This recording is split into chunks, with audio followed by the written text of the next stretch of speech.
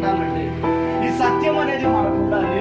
ఈ రెండు మన జీవితంలో ఎప్పుడైతే ఉంటాయో, ఇదిగో నువ్వు దేవుణ్ణి ఏదైతే కావాలని ప్రార్థన చేస్తావో అది దేవుడు తప్పనిసరిగా నీకు అనుగ్రహిస్తాడు. అడగాలి, దేవుణ్ణి అడగాలి, తప్పుడు దేవుడిని అడగాలి. ఆయన అంటాడు, ఇదిగో నువ్వు చేసిన ప్రార్థన దేవుడు నీకు ఆలోచిస్తున్నాడు.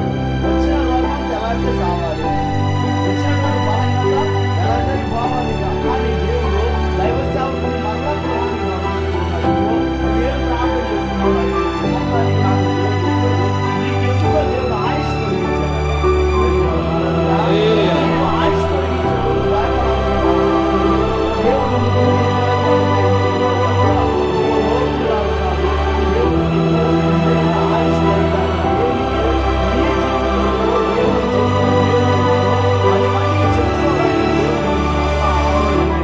ఆయుష్ సమస్తాన్ని దేవుడు మీకు దయచేయబోతున్నాడు కనుక కృతజ్ఞత కలిగి ఉండాలని దేవుడు మరలా చెప్తున్నాడు. ప్రార్థన చేయాలి. ఎలా? సత్యం అనుసరించి యథార్థంగా ప్రార్థన చేస్తే దేవుని బిడ్డలారా, ఈ రోజు పెట్టినటువంటి ఉపవాస ప్రార్థన వ్యర్థంగా పోదండి. అర్థమైపోదు. కృతజ్ఞత కలిగి ఉండు. దేవుడు నీకు ఎందుకు ఆరోగ్యించాడు, దేవుడు నీకు ఎందుకు ఆయుష్ పొడిగిస్తూ ఉన్నాడు.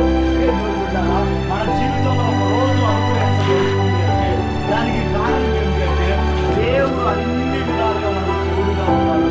మనందరూ ఎందుకు బంధువులు